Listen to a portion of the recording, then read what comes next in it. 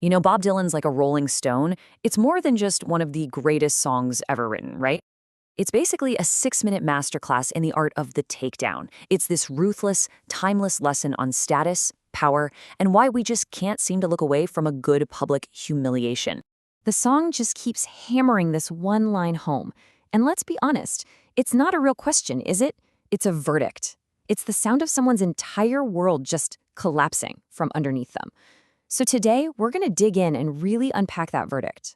All right, so here's the plan. We're going to start with the world of Miss Lonely, then watch her social takedown happen in real time. After that, we'll look at it through a really modern lens, Trump, before getting into the power of humiliation itself, and finally, our verdict on the whole thing. Okay, Section 1, the world of Miss Lonely. We're talking a portrait of privilege. To really get this song, you first have to understand just how high up she was on that pedestal. I mean, the height of the fall is the whole point, isn't it? So let's take a look at her world. So Dylan paints this picture of a totally insulated life. It is all about status. You know, she dressed so fine, went to the finest school, and rode around on a chrome horse with your diplomat. And the people she saw as beneath her, they weren't even real people. They were just an audience.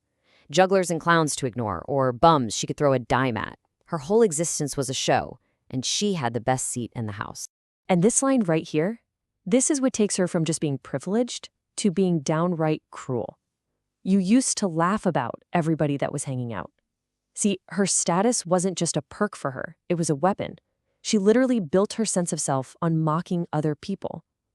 And you've got to remember that, because it makes what happens next so much more intense. Okay, Section 2, the social takedown. From privilege to exposure, this is where it all comes crashing down. And we're not just talking about losing money here. We're talking about having your entire identity stripped away piece by painful piece. And this is the song's killer move, the total reversal. Look at this. Back then, she dressed so fine. She used to laugh at people. She was so amused. Now, she's scrounging for your next meal and being told, don't talk so loud. Every single thing that defined her has been flipped upside down. The power dynamic is completely gone. You know, the narrator isn't just an observer here. Oh no, he's rubbing it in. Now you don't seem so proud. He's taking her private failure and putting it on blast for everyone to see. It's so personal, aimed right at you. He's not just knocking her down, he's systematically destroying her pride in public. And that leads to this idea of being a complete unknown. This is the core of it, really. It's not just about being broke. It's a kind of social death. It means you've been totally erased. You're invisible, you're irrelevant, you're just gone from the world that used to define you. So does any of this sound familiar? This whole dynamic of public shaming, of status getting torn down, it feels so now, doesn't it? Which is the perfect reason to bring in a more modern perspective to see how these ideas are still playing out. All right, Section 3, an interpretive lens, Trump. Rhetoric as a weapon of status. Now, just to be super clear here, this is not about politics. We're not taking sides. What we are doing is analyzing a very specific style of communication, one that's obsessed with winners and losers and using shame as a weapon. And you'll see it has some really striking parallels with what Dylan is doing in this song. So let's just lay it out side by side. Look at the target.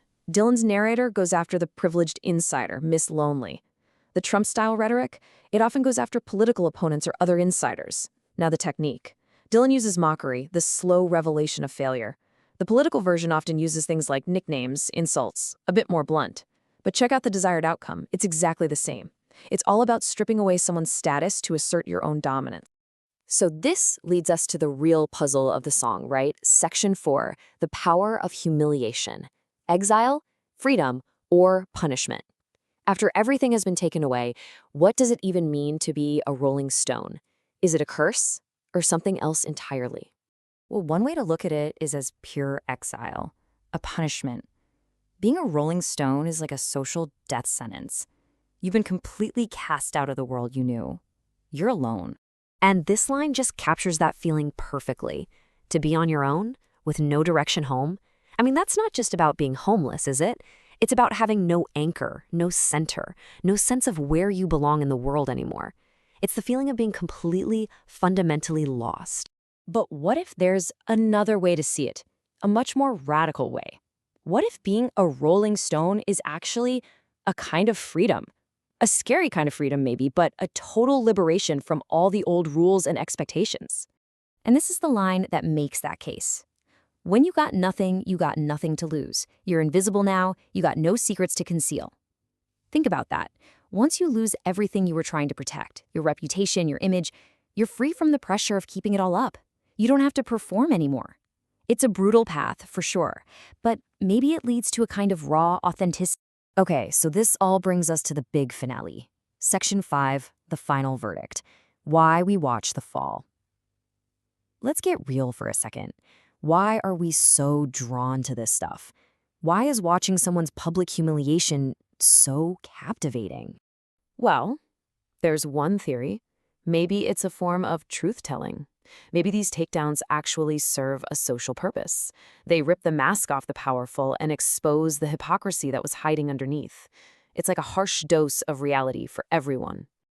Or maybe it's something a lot darker. Maybe it's just a cruel show that we consume for our own satisfaction. And maybe our fascination with it says more about us, about our own envy and resentment, than it does about the person who's falling. And that's really the question the song leaves hanging in the air, isn't it? A question that feels just as relevant today scrolling through our feeds as it did back in 1965. When we watch someone get dethroned, are we witnessing some kind of justice? Or are we just part of the mob, enjoying the spectacle of cruelty? The song doesn't give you an easy answer. It just looks you right in the eye and asks over and over, how does it feel?